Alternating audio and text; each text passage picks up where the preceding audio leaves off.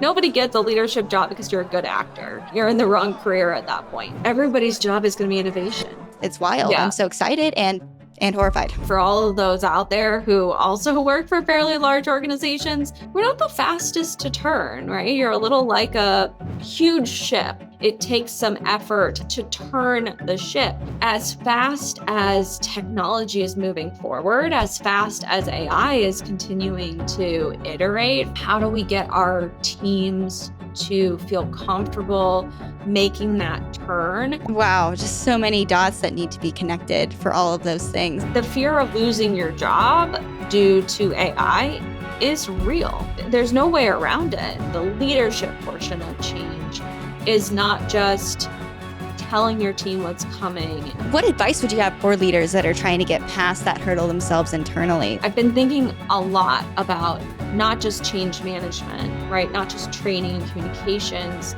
but change leadership.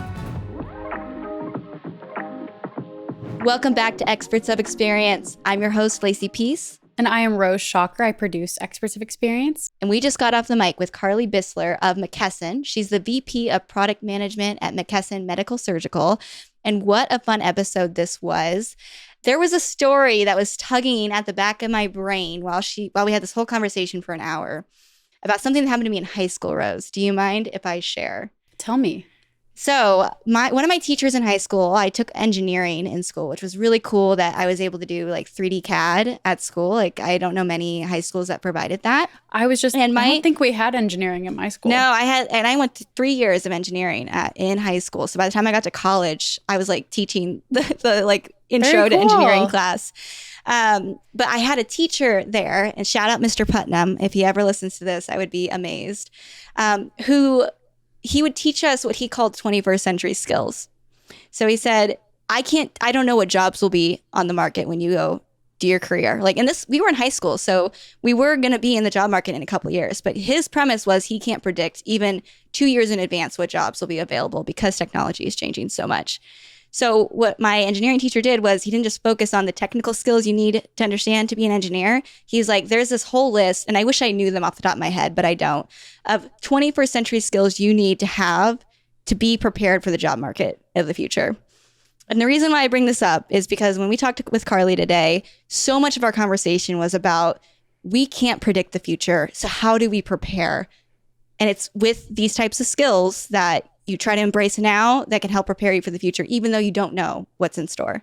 Yeah, we talked about change management a lot, but I thought it was really cool that we also pivoted the conversation into change leadership and what that looks like and how to establish that trust and authenticity within your team so they trust you while you lead them into this new era of who knows. The future has always been unpredictable, but as we get into the realm of AI, it's becoming even harder to see even just a few months ahead. So what I loved about our conversation today with Carlie is that she basically gave us this playbook or a roadmap, which she would hate me saying, of how to prepare your team for what's in store, even though you don't know what's in store.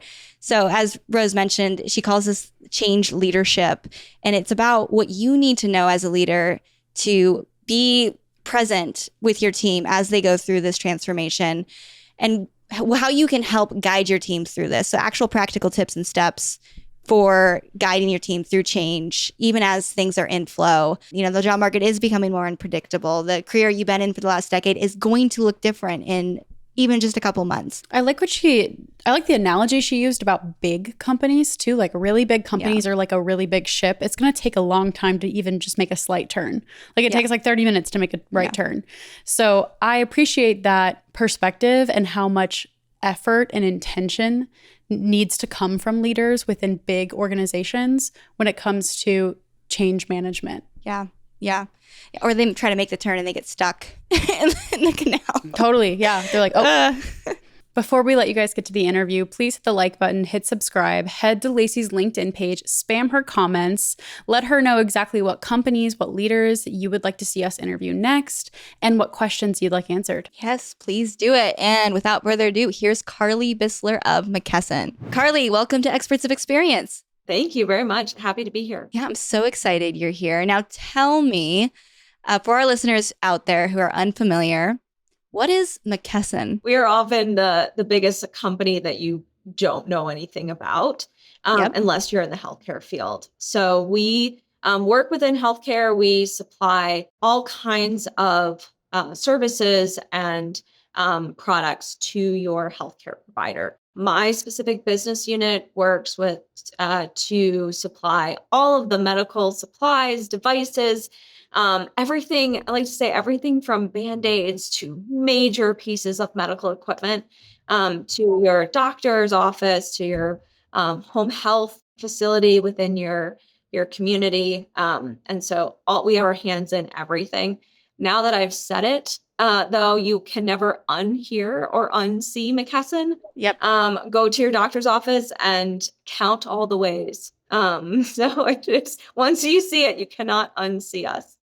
Yeah. Oh, for sure. For sure. And what I find interesting though is like your personal background isn't your history is not with like these hands-on products. So could you share a little bit about your history and how you got to McKesson?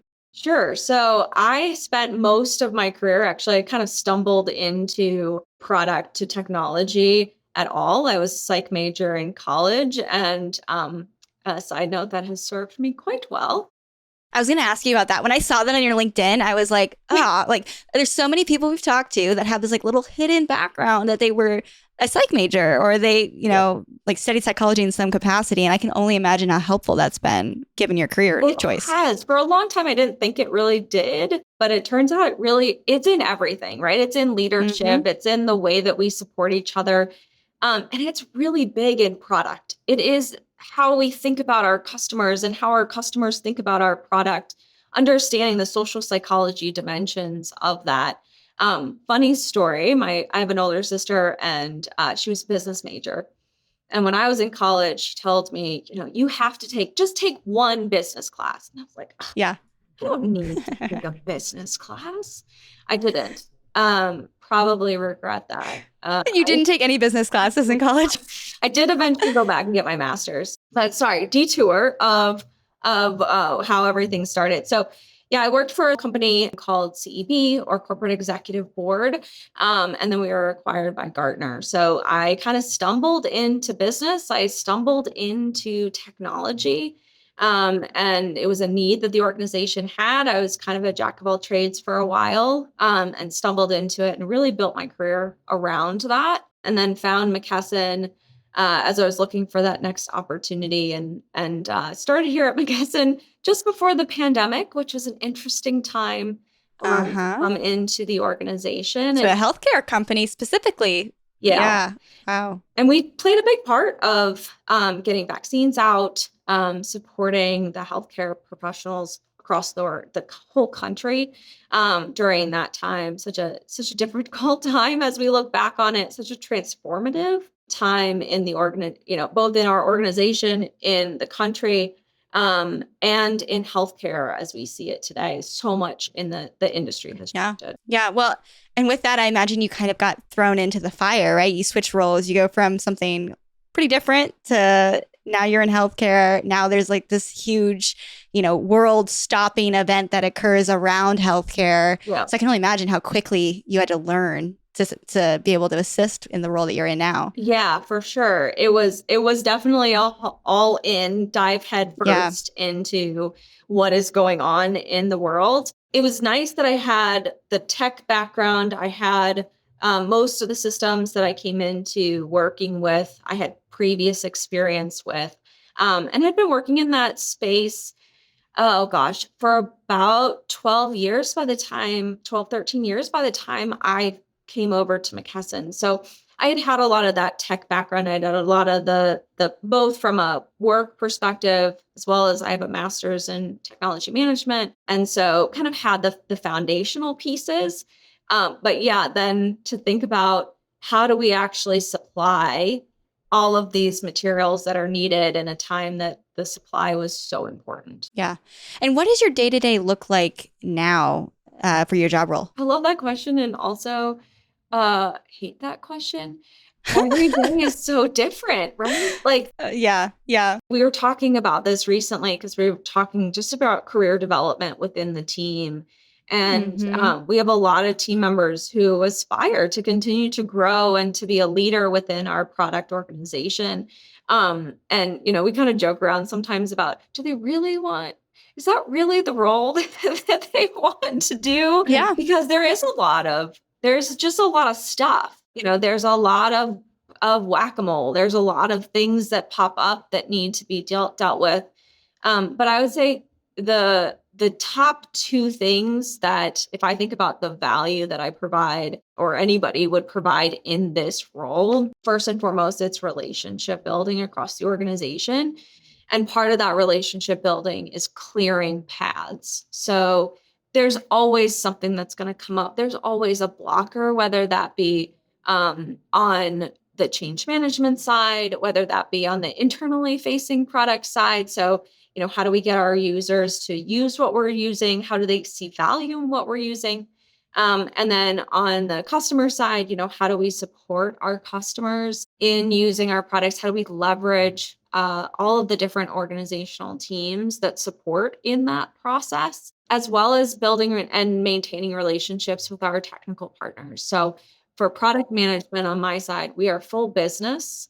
We are separate from the IT organization, but we work with them, and it's almost a relationship, like a life relationship.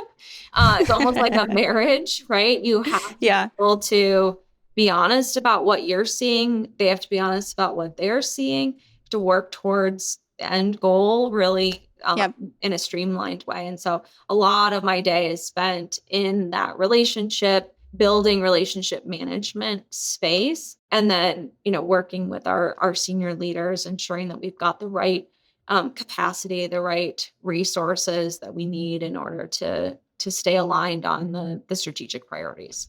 What I find interesting about the seat that you're in is that it's not like a maintenance seat. You're not just trying to maintain what currently is operating, right? You're trying to simultaneously keep things operating and maintaining those relationships while transforming them as, new technologies come online, new products are released. So it's like this constant run that you have to keep doing. You can't just be like, oh, we did it. We've successfully done all the things that we've done. Now you need to keep, okay, how do we transform this? How do we move this forward? What new thing do we need to look out for? So I just commend you. I think it's a very fascinating space that you're in. Yeah. And a lot of the things that we're talking about, whether I'm talking about it with our partners or my team is talking about it with their internal stakeholders and partners, there's a lot of matrices in the way that we address or the way that we look at our product set or capabilities. Our product managers are aligned not just by system, but by function.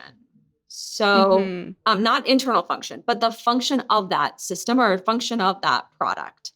So they may have a piece of the way that our customers interact with us from a service standpoint. And so they would own that. And usually that's mostly centered within one system. They may work really closely with somebody else, but our customer service team could cross several different product managers that they're working with. And at the same time, the one person who's responsible for how our customers engage with customer service, they'd be working with several different partners, both internally and externally, in order to get the information that they need. So there's this constant trying to figure out, like, okay, this is my space. I need to make sure that I'm fully understanding and understand all the pieces and parts that go into that space while doing enough both customer management, both external and internal customer management, as well as supporting those groups and bringing in some of their peers as needed to be able to answer all of the individual questions. Wow, just so many dots that need to be connected for all of those things. Like, oh my goodness, wow. So Carlie, I know when we spoke last, you mentioned organizational transformation is something that you're really passionate about and interested in. What is coming up top of mind for you right now as organizations are embracing AI and all of the other new technologies that are coming online? And it might not just be technology facing, but also like emotionally or relationship wise. Like, what things are you seeing that maybe are concerning you or exciting you? And maybe it's like all of it. Yeah, for sure. So, I worked for big organizations. I've always worked for fairly large organizations. And for all of those out there who also work for fairly large organizations, or have done so, we're not the fastest to turn, right? You're a little like a huge ship, right? It takes 20 to 30 minutes to turn the ship. It takes time. It takes some effort, and not just effort, but that kind of pre-planning. And so as fast as technology is moving forward, as fast as AI is continuing to iterate, how do we get our teams to feel comfortable making that turn? Otherwise, they're going to turn in a year from now, 2 years from now, and the technology is going to be way past that by that point. Yep. And so I've been thinking a lot about not just change management, right? Not just training and communications, but change leadership.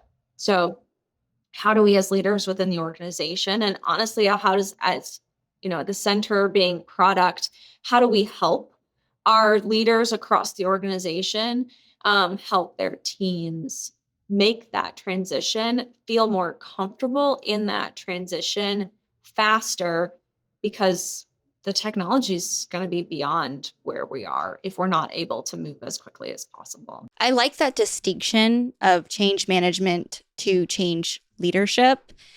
And you kind of explained it there, but could you just kind of define what you mean by change leadership? Like maybe an example, or just how you would sort of paint that picture of what the difference is between those two things. Yeah. So when we think about leadership, when I think about leadership and leadership style, right, your team gets so much from the little things that you do. Your team takes direction, they understand, and they feel more informed. They can get nervous about something. If you're nervous about something, they can be at ease because you're at ease as change happens, or as something's going on within the organization, a message that you're trying to deliver. They can get excited because you're excited about it and you're conveying that excitement. And so I really think about that change. The leadership portion of change is not just telling your team what's coming, is not just asking them to attend a training, but it's truly living the change, living and delivering the message that you want them to actually execute on. Yeah. And that goes down to their core of being. Now we're getting to my psych background. This is why it comes into play. For sure. And so, it is part. It is a part. It's a part of how we all operate, and it's not just for you to convey those things, but you as a leader also have to go through your own processing of the fact that things are changing. Sometimes scaling means giving your people the backup they need to crush the big stuff. That's where Agent Force comes in. Agent Force gives your team a smart digital workforce that actually gets work done. These AI agents answer customers, route requests, and hand off complex issues to humans seamlessly, all with the full context of your Salesforce CRM. They're not guessing, they're not hallucinating, they're acting on your data and the rules that you set. The result? Faster service, less chaos, and your team gets to focus on work that truly moves the needle. All momentum, no burnout. Visit salesforce.com/agentforce.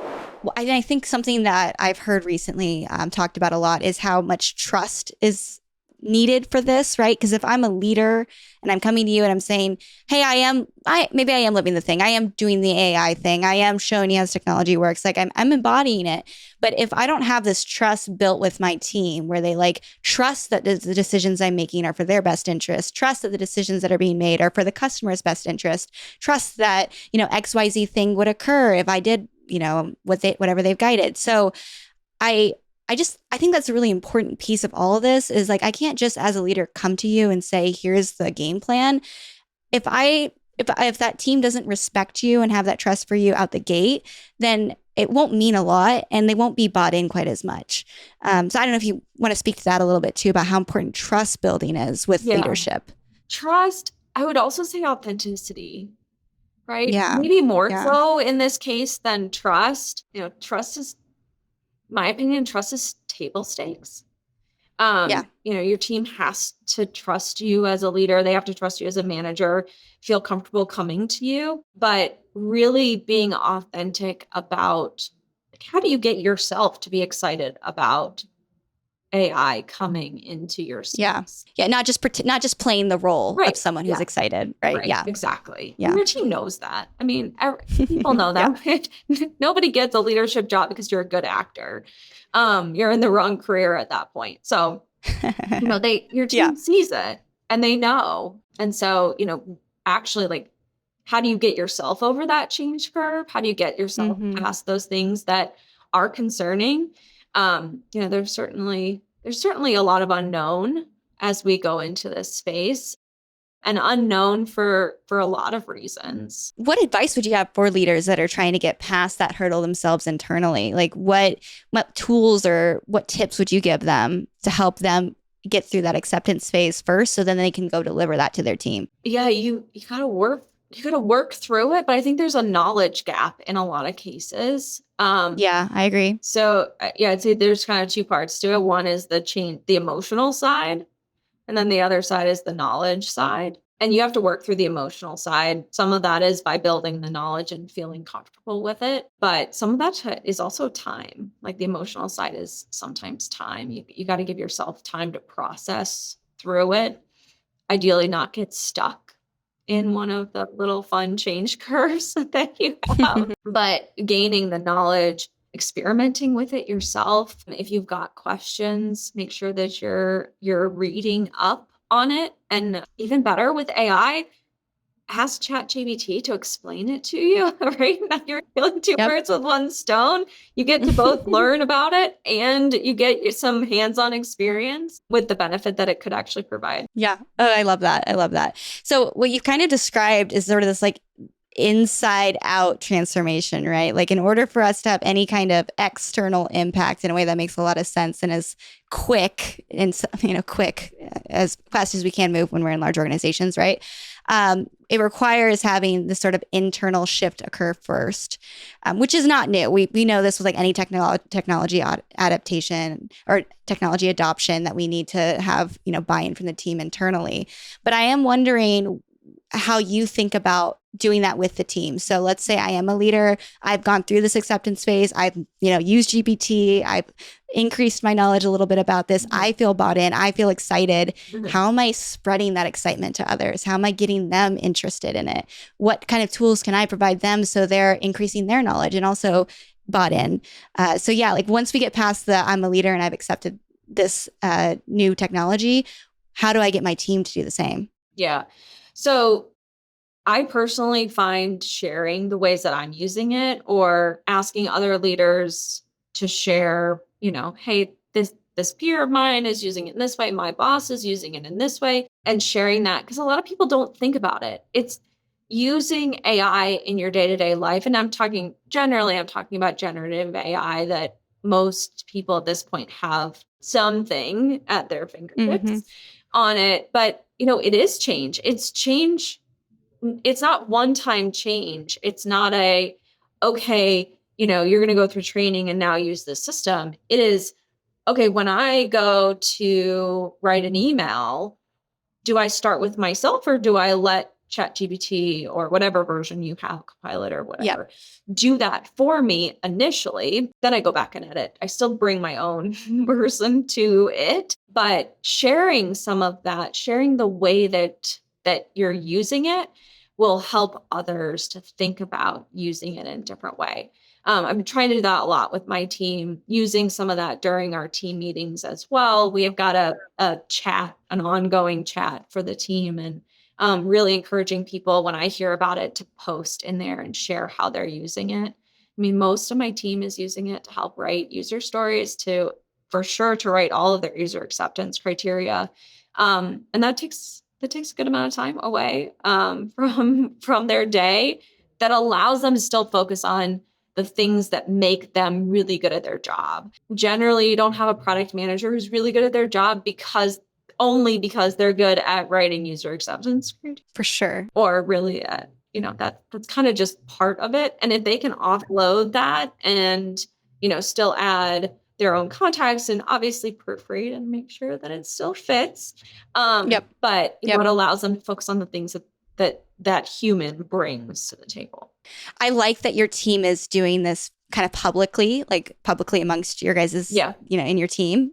And you said it was a Slack channel you're using, or how are you guys doing? Yeah, we've got a team. Teams. Okay, you have a Teams channel set up. Yeah. I think that's so cool because a lot of people, and maybe we're getting past this hurdle, so maybe this will become outdated in like a week when people listen to this.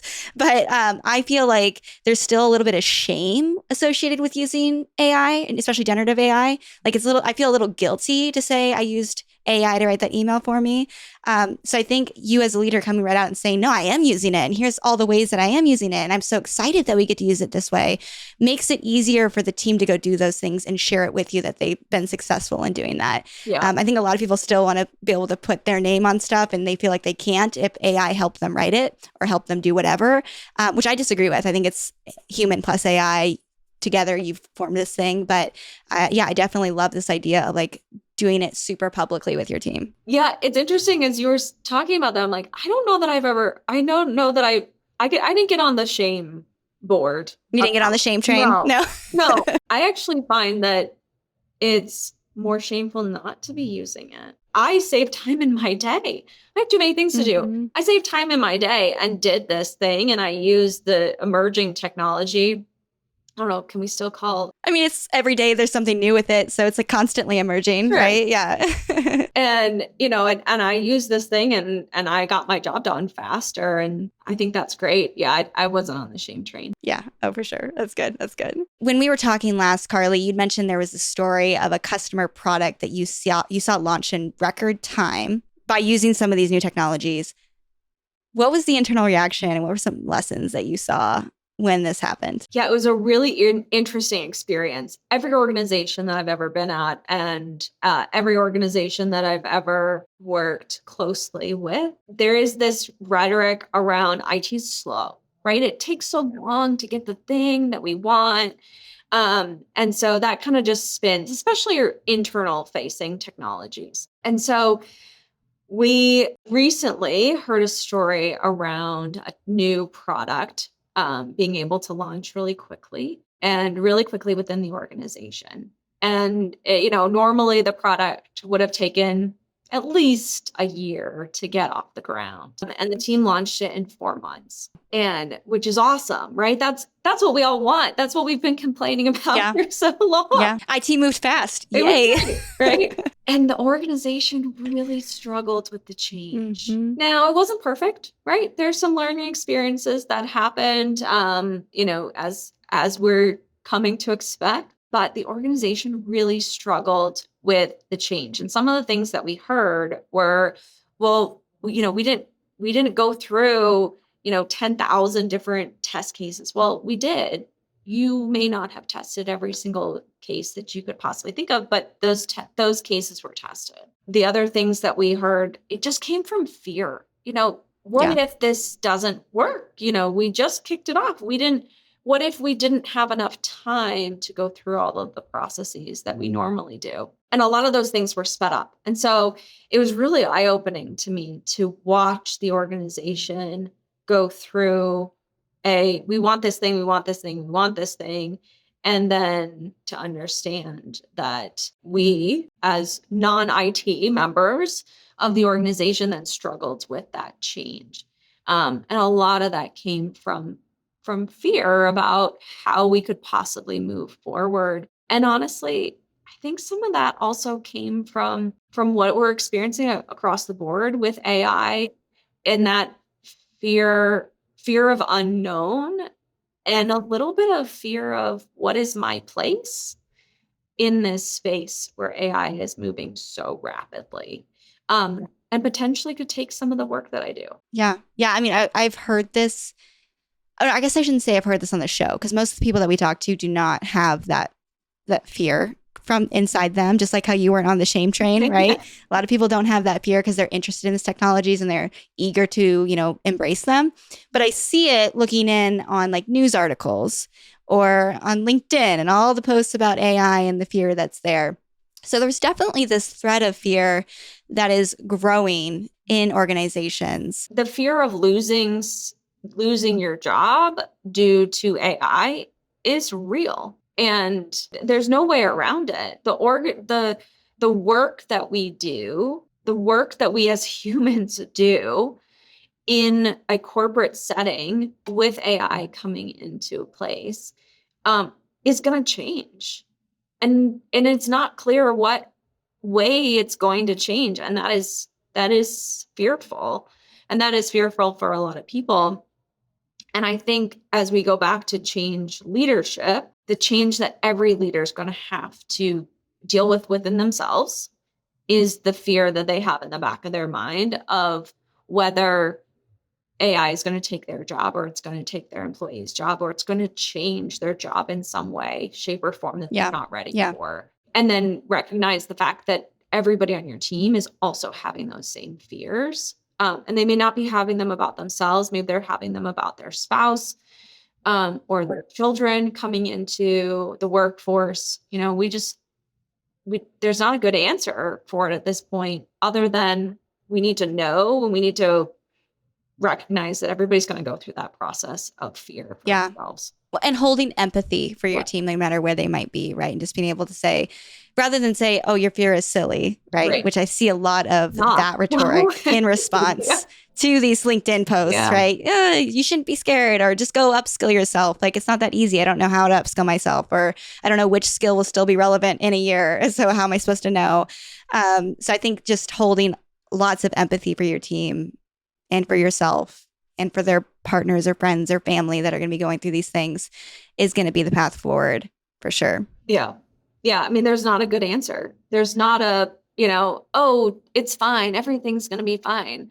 Well, it isn't going to be for some folks. I do think that knowledge is power. I do think that focusing on resiliency and adaptability within your teams, within your organization as a leader, are things that will serve everybody well, no matter what, what path forward we have. One of the things that I experienced a lot at a previous organization was really rewarding folks who found an innovative path, even if that innovative path meant getting rid of their own job. And it was pretty well known that if you found a way to get rid of your team, get rid of your function, get rid of your own role, the organization would find you something else, right? You weren't out. And in fact, that was a really great way to grow within the organization, that innovation. And I think a lot of organizations don't have that or have lost that. But letting people know that if they find those things, if they innovate, if they're at the forefront of it, that it's going to mean good things for them versus that self-production. Yeah. Well, and then they try to hide, like, oh, I don't want to show you that I'm using generative AI to help make this 10 times faster for me. Right. Because I'm afraid then you'd be like, why do I need you? And instead of that conversation, you can be like, look, boss, I completely replaced myself. Yeah. What can I do next? I'm eager for another role in the company, right? Yeah. Yeah. Let's go. We all expect fast service now, but inside most companies, speed is still a struggle. It's the approval chains, the handoffs, the who owns what debate. Agentforce cuts through the mess and actually takes action. It talks to your customers, crushes tasks, and keeps things flowing, all based on prompts and rules that you set. So your customers aren't waiting and your team isn't stuck in the weeds. Speed isn't just a nice to have. It's a competitive edge, and Agentforce helps you deliver it 24/7. Learn more at salesforce.com/agentforce. What I like about this too is a good segue to another question I had for you, which is about how these companies can encourage more change in the organization. Because we talked about, massive ship can only turn slowly right now. So how do we flex that change muscle in a big organization so we can be quick and agile in a way that startups can be?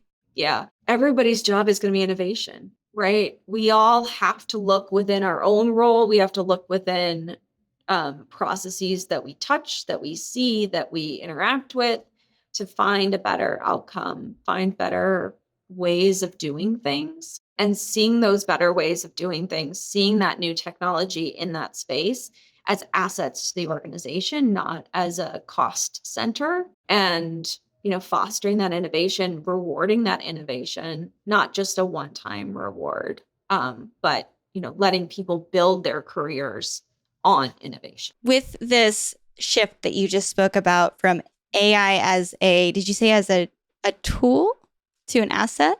To a cost center, to an asset. Yeah. Okay. AI as a cost center to an asset. Can you talk to me a little bit more about like that shift and what you mean by that? Yeah. So thinking, and this is not mine. I should preface this. This was. Oh, yeah. No. Claim it. It's yours now. Mine. So, thinking about the things that we are creating, the AI that we are creating and putting into the organization, not as discrete or individual projects that have a start and an end and have a cost and a set ROI that ends at some point. But really thinking about these the same way that we would think about a human asset, and the fact that that asset is going to get better over time, is going to get back to the organization over time, is going to continue to grow and improve and change over time and increase their scale. And seeing it that way is a mind shift change that I'm still trying to honestly get my head wrapped around. And what that actually means as a product leader. What does that actually mean for our products? What does that mean for designing our, next 12 months? I don't want to call it a roadmap, but our next 12 months of 3 months of work. And how do we do not just AI first, but really think about the assets that we're adding to the organization and the continuous benefit that those will drive. Yeah, I think that's a really important shift because it is so easy just to see it as like, okay, one and done. Like I'm going to invest in AI and then I'm done, or I'm going to invest in this tool and then I'm done. But because they get better and better and better over time, like the tool that you've invested in right now will 10x, 100x, whatever. In 5 years, it'll be a completely different story of what it's doing for you and your organization. So yeah, it is a lot like when you hire a person and you teach them, and over the years they get smarter and better at it. And so I think that's a really interesting shift, and it is hard for me to conceptualize that still. But I think we'll start to see it a lot more in action. Yeah, I almost shuddered when you said 5 years. I'm like, oh my gosh, like 5 months. 5 months. Yeah, I know. Well, no, but can you imagine in 5 years? Like, where are we going to be in 5 years? It's wild. Yeah. I'm so excited and horrified. It's like both of those things. Well, and that fear, like, what does it actually mean? We don't know yet. But 5 years feels really long from now to think about, for sure, and how the world changes. It is sort of a fun, I guess, question to ponder sometimes. Like, can I guess what it will be like in 5 years? Because this is a question, what are the trends you're betting on for the next 5 years? That's a question we've asked podcast guests for like a decade, because we've been hosting these shows for about 10 years. And for the first 8 years of us asking that question, it was like a fair question to ask. Like, oh yeah, what will it be like in 5 years? And now I ask that question and it's not a fair question at all, because no one can predict anything. Like we can barely see, to your point, 5 months out. It's pretty wild. It is wild.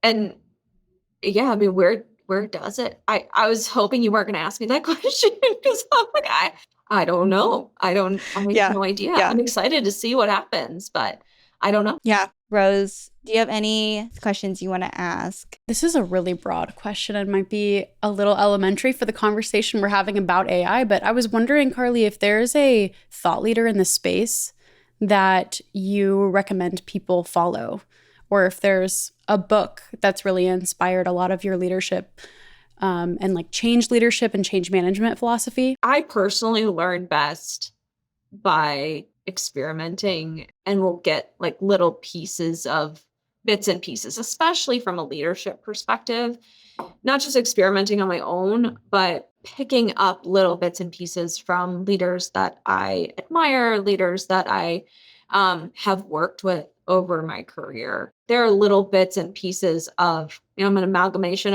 of all of the experiences and all of the people that I've gotten a chance to work with. I've worked with some amazing leaders over the years, and here at McKesson, it's a whole different level of leadership that has a really interesting mix of leaders who are really passionate about the leadership that they bring, and really strong leaders in their specific area or in their space, connected really closely with the mission that we have within the organization of supporting healthcare across the country.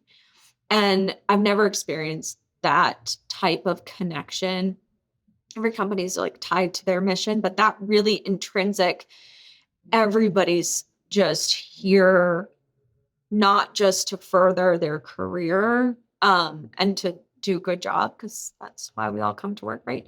But really about the mission and really about how can we support healthcare and support healthcare for everybody in this country, especially as that landscape is so changing. My follow-up question would be, if you had to identify a through line, a pattern or a characteristic of these leaders, would it be a very clear vision or a commitment to that mission that you described just now? Or would it be a commitment to establishing trust and authenticity within their teams? I think that authenticity is there because of their established connection to the mission and the fact that it always comes back to our customers and our customers, the patients that our customers serve.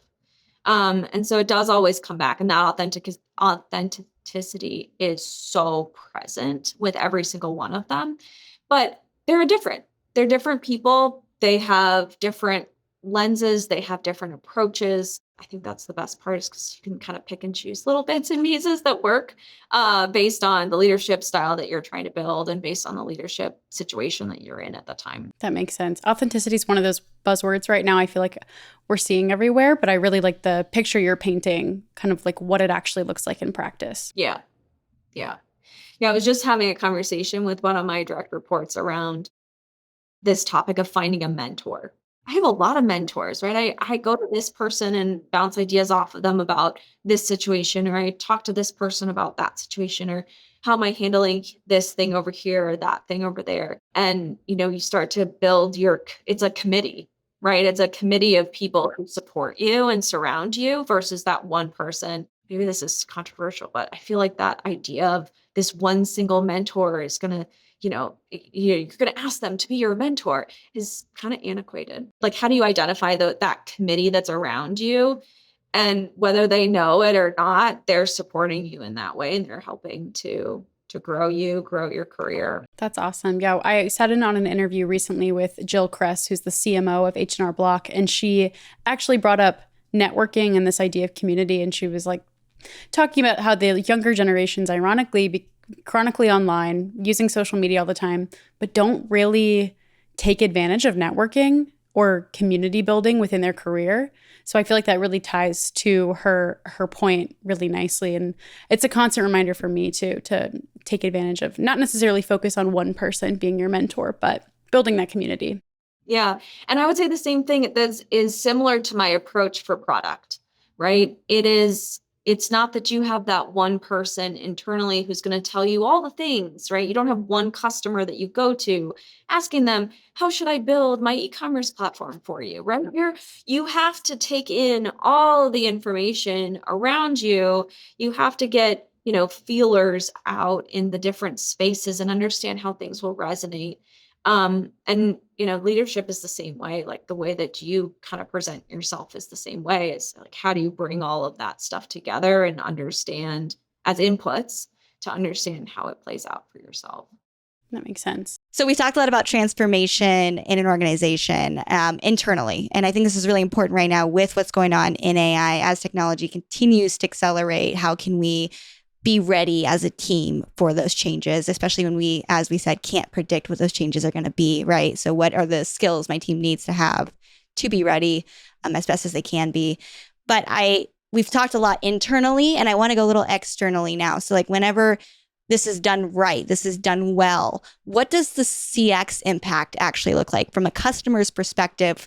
What are they seeing after we've gone through this whole internal transformation? More and more people are actually used to using AI in their day-to-day than they may know, right? Like, think about the last time you Googled something. Are you just using keywords to return the results? Are you starting to actually phrase out that question? Because Gemini's there and it's going to give you the answer. I moved recently and I needed an answer to, hey, how can I get this process set up at my new house? And I had to go through FAQs to find it. What? Why do I have to read all of this? Like, why can't I just ask the question And unfortunately, Gemini didn't give me just the answer. It pointed me to the FAQ page and I had to go read something. But our customers are already doing that. We're already moving down that path. Like, you may not realize that you're using AI, but you're starting to use AI in the way that you interact with systems already.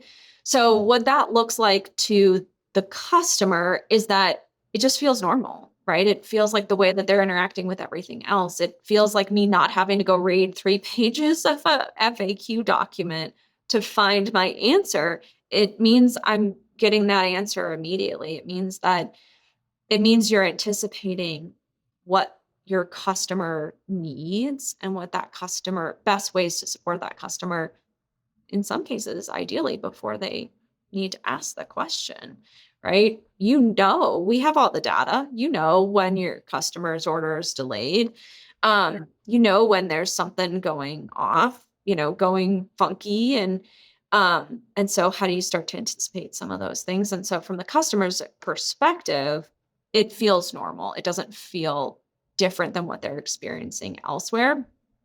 I'd also add, I have spent most of my career internally facing, and so I'm going to go back to that in a little bit, but similar to what the customer is experiencing, at some point, we all know that there's an end to using AI to get your questions answered.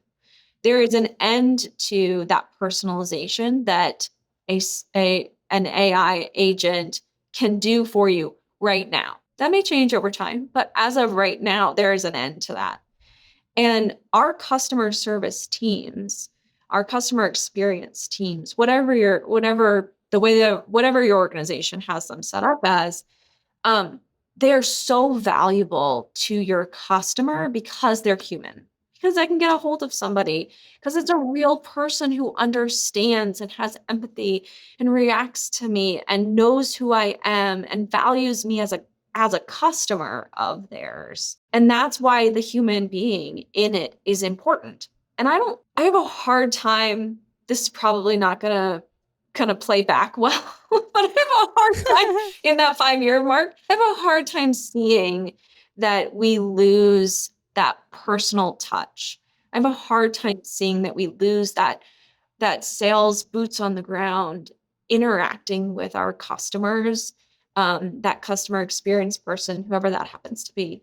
I have a hard time seeing that the value that the human brings to those types of relationships and interactions goes away. AI can help with those easy things. AI can help to arm your person, whoever that person is that's working with the customer, to know who you are when you call, right? And to pull up all the things that you may be concerned about, and to make sure that I know when I'm talking to Lacey that I know why, what makes you a valuable customer, and I'm able to convey that to you. And helps me to solve the problem really easily and make that feel better. But there's still a human touch there. I agree.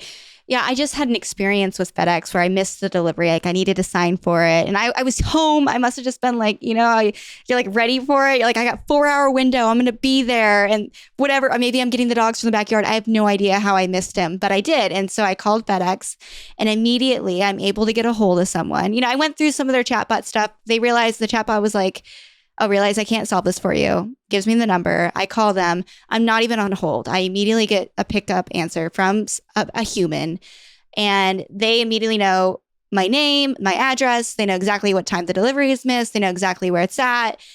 And I didn't have to explain anything to them. They just had all of that in their system. So I'm impressed at what these tools are doing to help support these agents. But in that moment when I was kind of frustrated that I'm like, oh, how did I miss this? I didn't want to talk to a chatbot. I did exactly what you just said, Carlie. I wanted to speak to a human. I wanted to just get my frustration out, figure out what was going on, and have it resolved immediately. And they were able to do it in like a 2-minute phone call. So I don't see that getting replaced. And maybe in 5 years, you and I can re-listen to this and see if we're wrong. But I don't see that getting replaced. Yeah. And the reality is then you can scale your humans to be able to do those things because you have the agents that are handling the noise. they're handling the little things that that a human isn't valuable in. Your human is not valuable in telling you your order status over and over and over again. The human is valuable when you've missed the delivery or when something has gone wrong and you need that extra touch and support to the customer. Yeah, it was great. And it was so sweet too, because the guy that answered the phone was like, "Oh, I love your name. It's so nice, so cool." And like immediately I'm like, okay, I was kind of like annoyed, but now you flattered me. And so like shout out to FedEx. They're doing a good job training their team over there. Yeah, and they're, behind the scenes when their transcript sentiment is like, oh, she liked that answer. We're going to do that again later.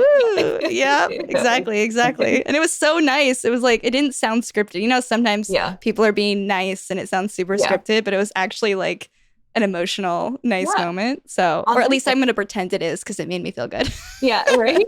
Well, and then if you think back to the conversation that we were just having around fear, right? Mm-hmm. That's what we need to focus on. We're not replacing people. We're allowing the humans to be the things that we know humans are really good at. And we're good at being humans. Yeah. Hopefully most of us are. Well, maybe not. Sorry, if you're a cyborg listening in 10 years, we're not talking about you.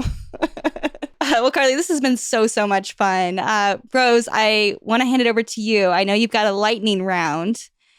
And Carlie, this is like some quick hits. Rose is going to ask some questions and you just tell us your answers as we go through the line. All right. I'll do my best. Yeah, absolutely. We always say lightning round, but we're so slow with it. So, yeah, we're like, take your time. Make sure you think about it. Yeah. And if there's one you'd like to skip or you don't have an answer for it, then we can always just cut it out. Okay. So first question for the lightning round, Carlie. What's one soft skill that will become a CX superpower in the AI era? Well, we've talked about authenticity. And I would say that's being a human is good, right? We've said that's the value that you provide is still being a human. Honestly, I would say adaptability, right? Things are changing. Roles are going to change. The organization's going to change. The way that the organization goes to market is going to change. For some of us more so than probably others, industries are going to change. And so being able to adapt quickly. That's a great one. All right, number 2, what's one buzzword in tech or CX that you would love to retire? Okay, this isn't a buzzword, but the first thing that came to my head, and this is terrible for a product person to say, is roadmaps. I'm over it. As we talked about, what is going to happen in 5 years? I don't know. What's going to happen in 3 months? I also probably don't know. I've focused my team a lot on replacing roadmaps this year with end goals, outcomes. And focusing on that so we can iterate quickly. We can continue to drive towards something without laying out a litany of functionality that's all going to go out the window in 3 months. So that totally makes sense. Roadmaps. That's a good roadmaps. Okay. Number 3, what's the biggest red flag you see in how companies are preparing for AI right now? Oh, boiling the ocean. Oh, that's a buzzword too that we can get rid of. I would say, trying to figure everything out before moving forward, right? What are all of my potential AI things that I could potentially do in some day, shape, or form, and then, build your 5-year roadmap of how to get there. The way that AI is working and how quickly it is, you got to get something out. You got to work on a small thing, whatever that quick thing is that's easy to get after. Start small, start somewhere. All right. Last question for the lightning round. What's one experience you've had recently as a customer that left you impressed? I recently changed doctors and moved to a concierge practice, which is a whole different thing that if you don't know much about it, it's worth looking into. It's an interesting direction that healthcare is going in. And man, I walk into the doc's office. I don't have to sign in. They know who I am as soon as I walk in. It can be taken right back. And the whole idea of concierge medicine is that you pay essentially a subscription, so the doctors then can keep their patient list smaller. And they know everything. The doctors know everything. They know everything about you. They've already done the research. They've already read every single piece of your medical history. The AI has read every single piece of your medical history and summarized it for them. But they know. They have it, and it is so personalized to who you are. It is an interesting space. The tools that they are using, I'm hoping that they bring to everyday practices to make it easier for your normal doctor to provide that type of experience. But it is just different. It's so different. They're without needing to ask, they are looking and paying attention to research coming out and proactively reaching out. It's a totally different world. Wow. It's a totally different world, although it's what doctors used to be back in the day. No, right? Yeah. When they actually had Yeah. time to go through and a smaller patient list. And so it's an interesting direction. Well, hopefully, yeah, to your point, AI can help support Yeah. like normal doctors being able to do that, right? Yeah. It's a fascinating space, paying attention to the way that AI is actually hitting into some of those areas. For the first time, probably a couple months ago, the first time since the pandemic, we saw doctors' feedback on their potential burnout rate start to drop again. And so the medical profession took a huge hit during COVID and after. Short staff, everything kind of just really hit that community really hard. And so a lot of the reasons why they cited in the survey that people are feeling better about it, doctors and healthcare professionals are feeling better in the space, is because of the addition of AI to take some of those little things off of their plate that would take time away from them being able to see patients. Yeah, no, that makes total sense. And also being able to flag new research that comes out, like, hey, this patient has these symptoms and they're dealing with these problems. New research just came out that matches this. And rather than them have to be up to date on everything by themselves, suddenly they just have like a curated feed. Definitely a cool space for sure. It is a cool space.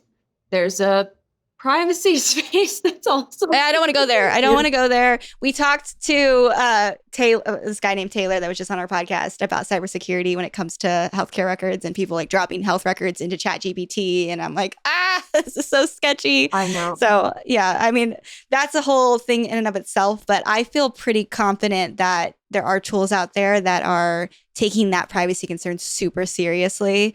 My mother and dad work in government contracting still. They haven't retired yet. And they have just gotten the first rollout of a GPT for military people, like AI for military. Yeah. So like, I'm like, hopefully, right, if the military is using this, there's enough security, concerns, all those things have been addressed. So also hoping that from a healthcare perspective, we are able to have that kind of security. Yeah. And is it really that different from electronic medical records, right? As long as it's a similar system that is kept separate. I mean, I hope that there's as little or, similar concerns and enough security in place to do those things. But it can be really revolutionary for the experience that we all have. Yeah. Yeah. Well, Rose, I'm sorry I hijacked your lightning round. No, you're good. That was my last question. So back over to you. Carlie, this has been amazing. Thank you so much for taking the time and joining us. Where can people find McKesson, or where can they find you if they're interested in following up with you? Yeah, thank you. This was awesome. So you can find me. I'm on LinkedIn, McKesson. Also, you can find us on our website. For healthcare professionals, you can sign up for an account directly from our website. And for non-healthcare professionals, for the consumer out there, we do have a shop on Amazon. So you can search for McKesson products there and get us directly to your house. Awesome. All right. Thank you, Carlie.